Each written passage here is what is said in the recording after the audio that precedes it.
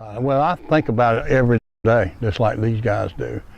I mean, it doesn't leave your mind. And like he was saying, he didn't wear a hat till about 3 years ago because, you know, we didn't want nobody to know. And people years ago that I knew never knew I was a Vietnam veteran. And it's something.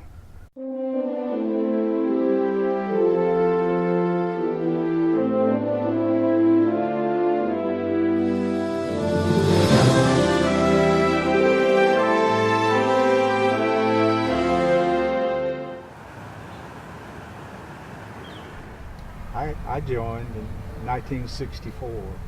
I graduated high school in '63 in Ocala, Waycross, Georgia. I graduated high school in June of '67, first part of June. I was in Vietnam in November. I was in Vietnam when you graduated. I don't care. You said it was July. Yeah, in July. '67. I joined the Army because I felt like it was the right thing to do. And I still feel like it was the right thing to do. And after I graduated high school, went to Fort Gordon for basic training. And then after that, I went to Fort Sill, Oklahoma for fire direction control training. Came home after that, was home for 2 weeks, and I went to Vietnam. In other words, I got out of high school in June '67. I was in Vietnam in early November '67. 19 years old.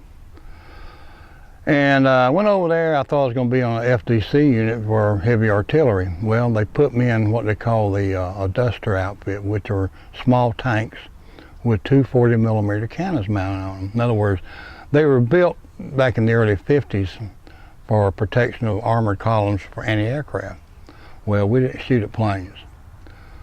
We shot at two-legged planes, but anyway, mostly at night. And but they put me on there the first time I even fired the guns. I was in a firefight, and I didn't even know how to load the planes. They put me down there in the gunner's seat.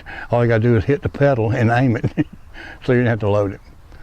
But anyway, I turned 20 years old 2 weeks before the Tet Offensive of '68, and I was one scared little boy because we went into Two Duck outside of Saigon to relieve the units out there. Well, first of all, let me tell you, I got assigned to the division of my dreams. I was assigned to the 1st Infantry Division, the Big Red One. And we have an old saying, so if you're going to be one, be a Big Red One. Get out of here. Well, that's just because you boys are in something else. But anyway, I spent a year over there. I got wounded in September of '68 from an RPG that actually missed our track. If it had hit us, I wouldn't be here right now. But I did get shrapnel and there, and I got hit another time. B-40 rocket hit off the turret, and I got a little shrapnel in my shin. It wasn't that deep. I pulled it out. Didn't bleed that much. Matter of fact, our commanding general, our 1st Infantry Division commander, Kenneth Ware, he was shot down and killed that same month. And he was one of the highest ranking officers killed in Vietnam. But he was a Medal of Honor winner from the Second World War, Kenneth Ware, Major General, 2-star general. And I didn't know about that until I had gotten back from Vietnam. I returned, like I said, I joined up, so I still had about another year and a half to go before I got out. When I got to Fort Bliss, Texas, when I came back, they said, "How would you like to be a drill sergeant?" I said, "No, thank you." And I came back next day to finish the process, and they said, "Well, you're going to drill sergeant school." I said, "No, I'm not." "Yes, you are." "No, I'm not." "The general says you are." I said, "When do I start?" So I did that, and I've always felt kind of guilty about being a drill sergeant because I was sending those boys over there. And I tried to train them as good as I could, but I know some of them probably didn't make it. And I think about that all the time. And I think about some of the infantry units we served with in Vietnam, like the 1st Battalion, 2nd Infantry, and the 1st of 26, I think it's 26, the 1st 28 Infantry Regiment. And they would be on a fire base that we were assigned to. We did a lot of perimeter security, we escorted convoys and opened the roads in the morning. We cleared the road with maybe a platoon of infantry. sometimes we didn't have that platoon of infantry. We just had to run up the road. And if we didn't hit anything, the roads were clear. And we had a couple of tracks that make it up the road every once in a while. Not that often, but it did happen. And like I said, we did convoy escort on Thunder Road, Highway 13, the eastern edge of the Iron Triangle. But anyway, when I got back, I did that. When I got out, I came home. It was like another world. When I came back from Vietnam, I couldn't believe it. I said, "What's wrong with these people? They don't know what's going on."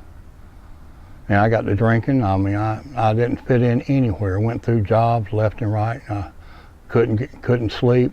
But yeah, I had problems drinking, and I did some drugs when I got out. But I've been clean for 35, 40 years now, and I very rarely drink a beer.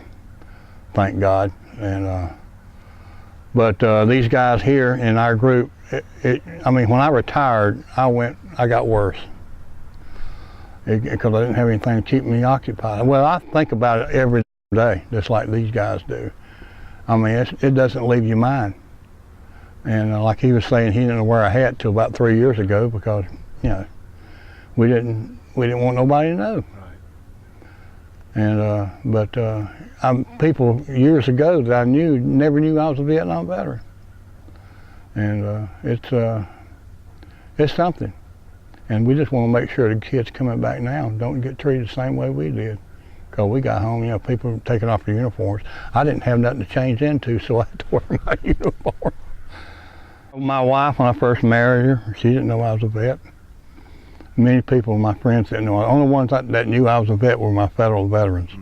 I graduated from two of my friends in '67 from McDuffie High School. We graduated the same year, and both of them went to Vietnam. We had one of our friends that graduated the same year got killed over there.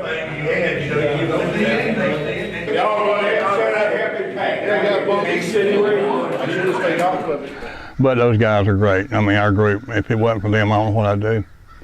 Because they're the only people I can relate to, communicate with. I mean, everybody else just they don't understand. Even some of the fellow veterans that were not Vietnam veterans don't understand.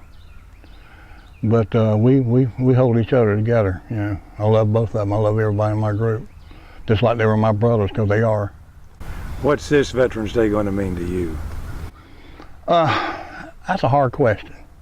It means, I mean, it's hard. It's a hard question to answer, I guess, because it's a day that means more now than it did. Matter of fact, I didn't think anything about it until the Gulf War in '91, because that's when they started getting a little recognition again, the military. And basically because the guys that were in command were Vietnam veterans themselves, and they didn't make the same mistakes. Only politicians make mistakes, unfortunately. And of course you got to do what they tell you to do, because that's the way our Constitution was written. But it's kind of hard to even think about sometimes, but if it wasn't for these guys in our group, I don't know if I could stand it. I don't even know if I'd be here. I really don't. We're glad you are. I'm glad I am too. Thank you.